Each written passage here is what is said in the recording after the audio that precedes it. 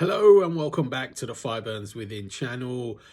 Let's continue with part 2 of the countdown for the top 100 albums of 2022.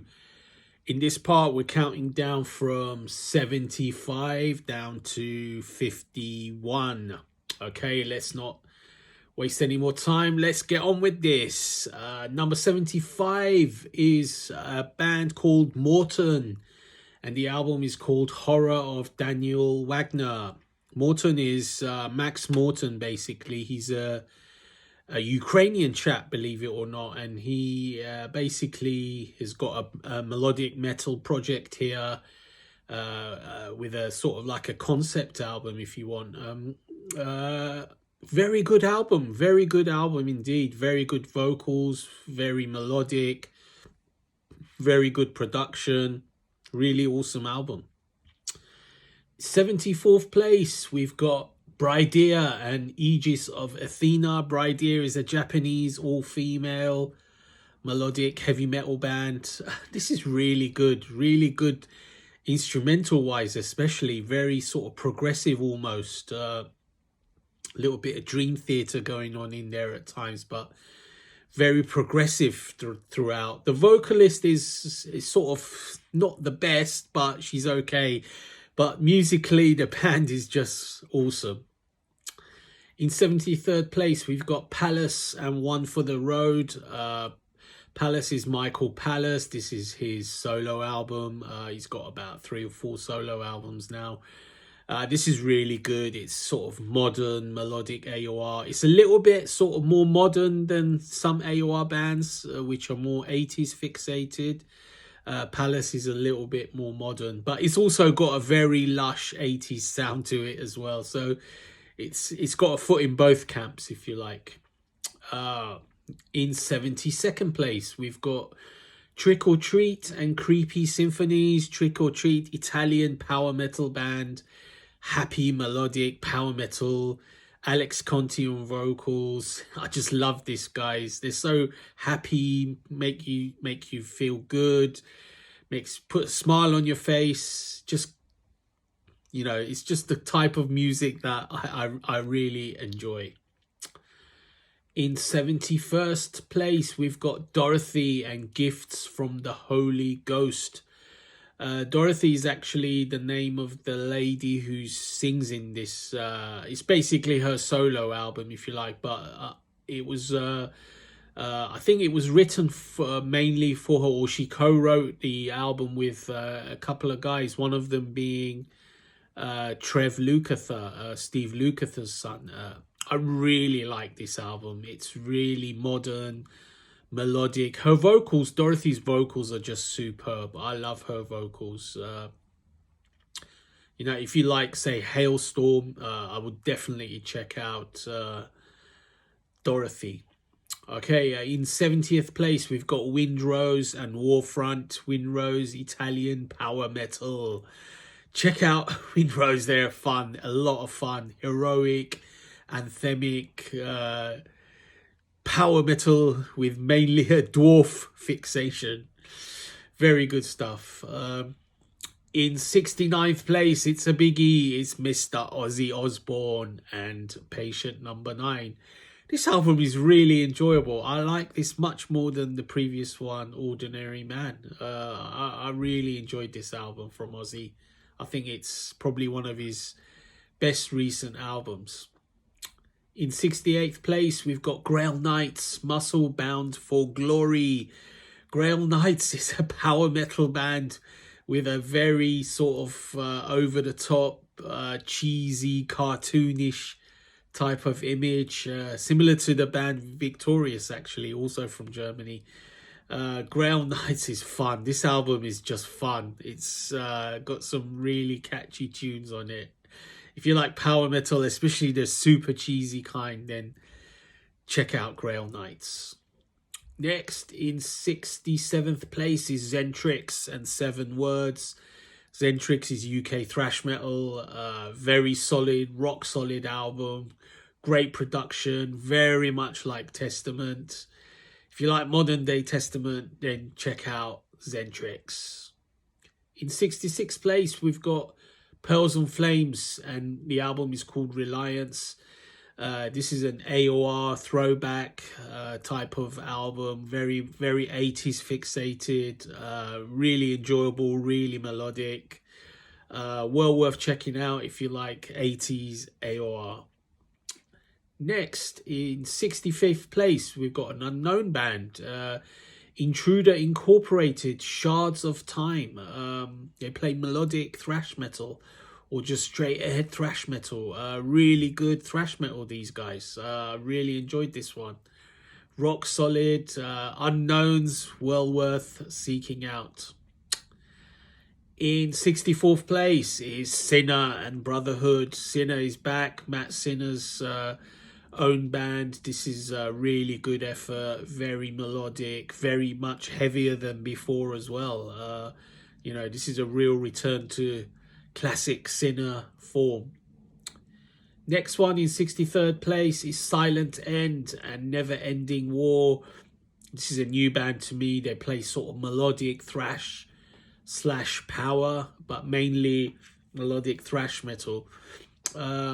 Really enjoyed this one. It's underrated. It's a bit unknown, but it's well worth a listen. Well worth anyone's time if you enjoy melodic thrash metal music. In 62nd place is Mosh Pit Justice, Crush the Demons Inside. This one is really good. It's rock solid, thrash metal, but more on the melodic end of things. The vocals are sort of slightly melodic. I'm reminded of Iced Earth at times in this band. This is a real good album. In 61st place, we've got Terra Atlantica and Beyond the Borders. Terra Atlantica is a German power metal band. This is really enjoyable. It's got a pirate theme. I love pirate themed bands, so this album is right up my street, so to speak. Really enjoyed this one. In 60th place, we've got Steel Arctus and Master of War. Steel Arctus is an epic heavy metal band, very high-pitched vocalist. If you like true classic heavy metal, then check out Steel Arctus. In 59th place, we've got Degreed and Are You Ready? Degreed is Swedish, modern melodic rock. This is an awesome album. It's really quite heavy as well. Very good songwriting. If you like modern melodic rock, then you should check out Degreed's new album. In 58th place is a band I've never heard of. They're called Dampf, and this album is called The Arrival.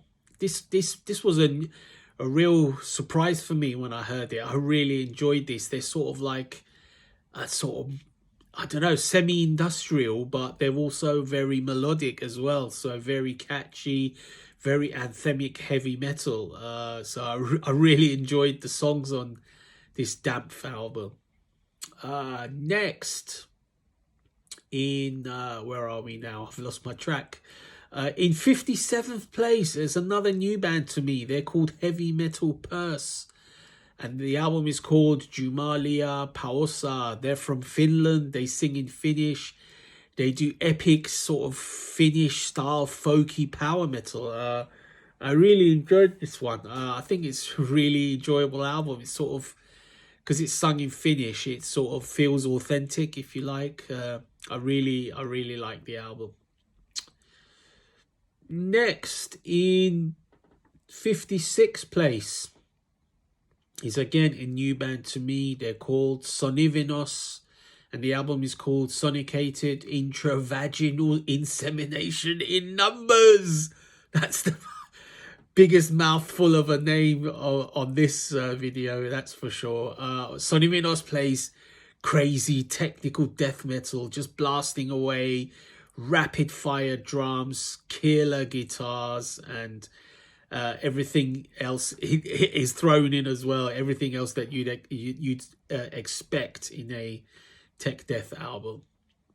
In 55th place, we've got Reckless Love and Turbo Rider. Reckless Love from Finland.